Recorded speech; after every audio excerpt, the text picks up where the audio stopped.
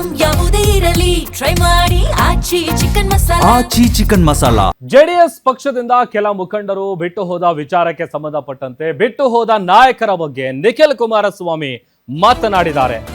JDS ನಲ್ಲಿ ಇಲ್ಲಿಯವರೆಗೂ 50ಕ್ಕೂ ಅಧಿಕ ಜನ ಶಾಸಕರಾಗಿದ್ದಾರೆ. ಅಲ್ಲದೆ 9 ಜನ ಮಂತ್ರಿಗಳಾಗಿ ಅಧಿಕಾರ ಮಾಡಿದ್ದಾರೆ. ಇವರೆಲ್ಲ ಬಿಟ್ಟು ಹೋಗಿದ್ರು, ಪಕ್ಷ ಇನ್ನೂ ಕೂಡ ಸದೃಢವಾಗಿದೆ. ಅಲ್ಲಿಗೆ ಬಿಟ್ಟೋದವ್ರ ಬಗ್ಗೆ ನಾವು ತಲೆ ಕೆಡಿಸ್ಕೊಳ್ಳಲ್ಲ ಅನ್ನುವಂಥ ನಿಟ್ಟಿನಲ್ಲಿ ಮಾತನಾಡಿದ್ದಾರೆ. ಯಾರೇ ಬಂದು ಹೋದ್ರೂ ಕೂಡ ಪಕ್ಷಕ್ಕೆ ಯಾವುದೇ ರೀತಿಯಾದಂಥ ಸಮಸ್ಯೆ ಆಗೋದಿಲ್ಲ. ಜೆಡಿಎಸ್ ಪಕ್ಷ ಒಂದು ರೀತಿ ನಾಯಕರನ್ನ ತಯಾರಿ ಮಾಡುವಂತಹ ಕಾರ್ಖಾನೆ ಇದ್ದಂತೆ. ನಾವು ಭ್ರಷ್ಟ ಕಾಂಗ್ರೆಸ್ ಅನ್ನ ತೊಡೆದು ಹಾಕೋದಕ್ಕೆ ಹೊರಟಿದ್ದೇವೆ. ಈ ಮೈತ್ರಿಯಲ್ಲಿ ಕಾರ್ಯಕರ್ತರ ಶ್ರಮ ಇದೆ ಅಂತ ನಿಖಿಲ್ ಕುಮಾರಸ್ವಾಮಿ ಮಾತನಾಡಿದ್ದಾರೆ. ಮುಂಬರುವಂತ ಚುನಾವಣೆಗಳಿಗೆ ಈಗಲಿಂದಲೇ ತಯಾರಿಯನ್ನ ಜೆಡಿಎಸ್ ಪಕ್ಷ ಆರಂಭಿಸಿದೆ.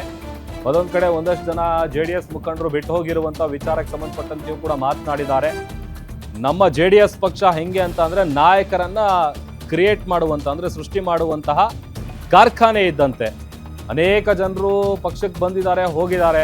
ಆ ಥರ ಬಂದು ಹೋಗೋರಿಂದ ನಮ್ಮ ಪಕ್ಷಕ್ಕೆ ಯಾವುದೇ ರೀತಿಯಾದಂಥ ಡ್ಯಾಮೇಜ್ ಇಲ್ಲ, ಯಾವುದೇ ರೀತಿಯಾದಂಥ ಸಮಸ್ಯೆ ಇಲ್ಲ.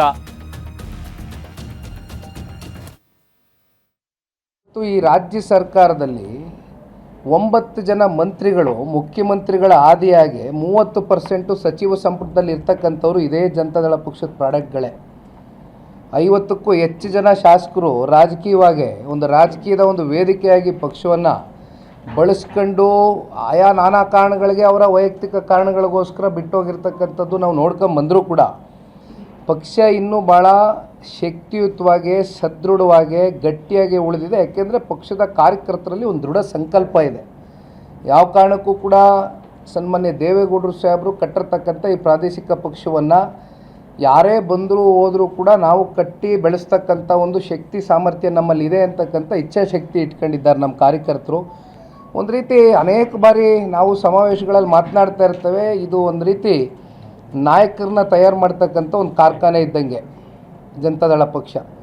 ಎಷ್ಟೋ ಜನ ಬಂದಿದ್ದಾರೆ, ಹೋಗಿದ್ದಾರೆ. ಆದರೂ 25 ವರ್ಷ ಸುವರ್ಣ ಬೆಳ್ಳಿ ಮಹೋತ್ಸವ ಆಚರಣೆ ಮಾಡಿದ್ದೀವಿ ಅಂದರೆ ಈ ಪಕ್ಷದ ಮೂಲಕ ಸನ್ಮಾನ್ಯ ದೇವೇಗೌಡರು ಸಾಹೇಬರು, ಸನ್ಮಾನ್ಯ ಕುಮಾರಣ್ಣವರು ನಮ್ಮ ದೇಶಕ್ಕೆ ಮತ್ತು ನಮ್ಮ ರಾಜ್ಯಕ್ಕೆ ಕೊಟ್ಟಿರ್ತಕ್ಕಂಥ ಕೊಡುಗೆಗಳು ಬಹುಶಃ ಇವೆಲ್ಲವೂ ಕೂಡ ರಾಜ್ಯದ ಜನತೆ ನಾವು ಇವತ್ತು ಕೂಡ ಜನತಾದಳ ಪಕ್ಷ ಪ್ರಬಲವಾಗಿ ಉಳ್ಕೊಳ್ಳಿಕ್ಕೆ ಇದು ಕಾರಣ ಅಂತಕ್ಕಂಥದ್ದು ನಾನು ಗಟ್ಟಿಯಾಗಿ ನಂಬಿದ್ದೀನಿ. ಇವತ್ತು ಈ ರಾಜ್ಯ ಸರ್ಕಾರದಲ್ಲಿ 9 ಜನ ಮಂತ್ರಿಗಳು ಮುಖ್ಯಮಂತ್ರಿಗಳ ಆದಿಯಾಗಿ 30% ಸಚಿವ ಸಂಪುಟದಲ್ಲಿ ಇರ್ತಕ್ಕಂಥವ್ರು ಇದೇ ಜನತಾದಳ ಪಕ್ಷದ ಪ್ರಾಡಕ್ಟ್ಗಳೇ.